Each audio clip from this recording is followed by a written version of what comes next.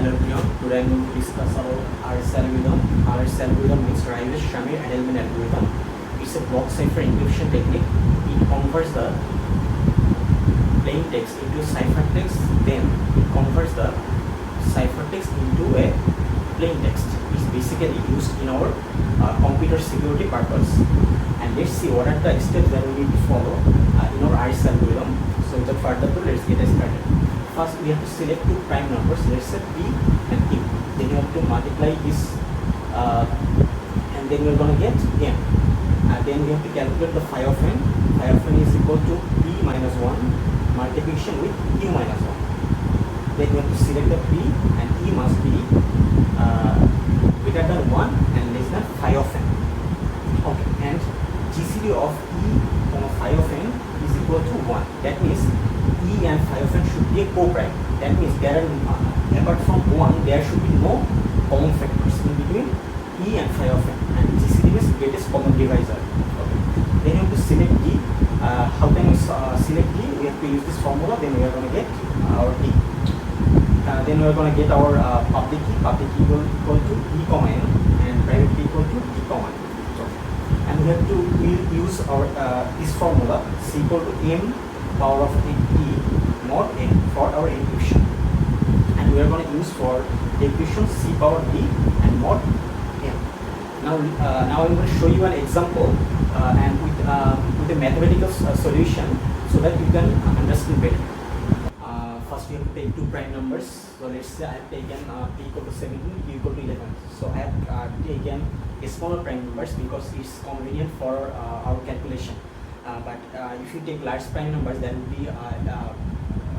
be better for more security. But in our exam, as time is very short, so I would recommend you to take smaller prime numbers. But alright, so let's see what is the next step of our RSA algorithm. So we have to calculate our n. So n equal to P multiplied with Q. So we have calculated this value and I've got 187.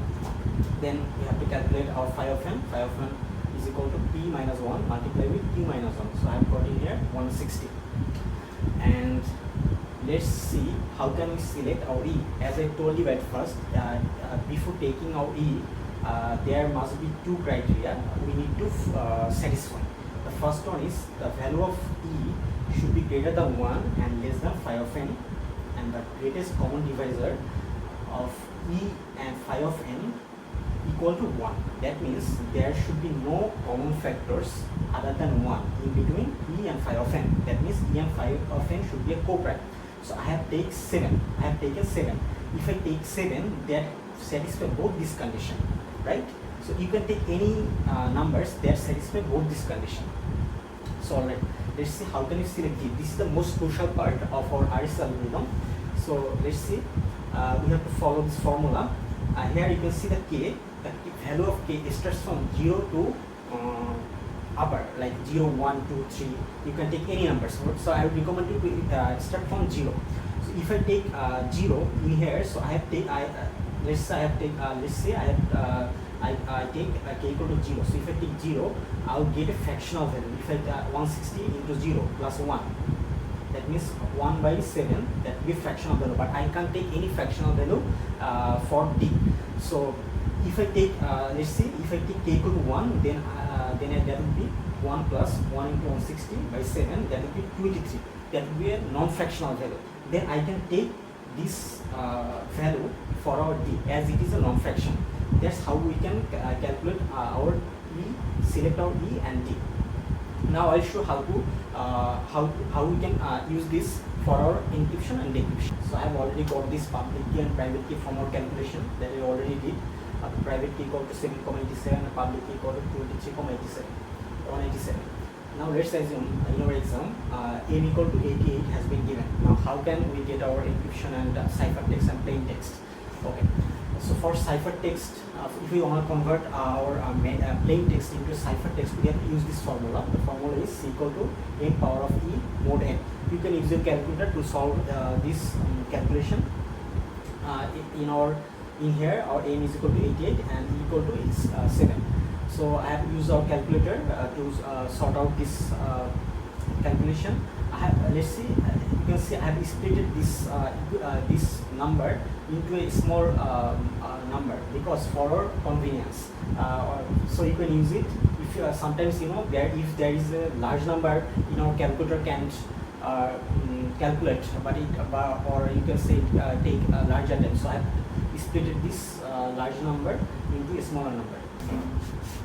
Now let's see how can we do our encryption. So in order to do our encryption, we have to utilize this formula C power T mod n. Now I have put the value of that I have already got. So I put this value, then I have split this value into a smaller number, so that it will be convenient for us to calculate. And afterwards we get the value 88. That is the same number that is given in our question paper. So after doing calculation, we got our meshes. So by this way, we can convert our ciphertext into plain text, and then plain text to ciphertext. Then we can get plain text ciphertext to plain text by utilizing our RSA algorithm. So that's it. So I guess you guys understood what I have written in this whiteboard. And if you have any question, you can drop it in the comment section. Thanks.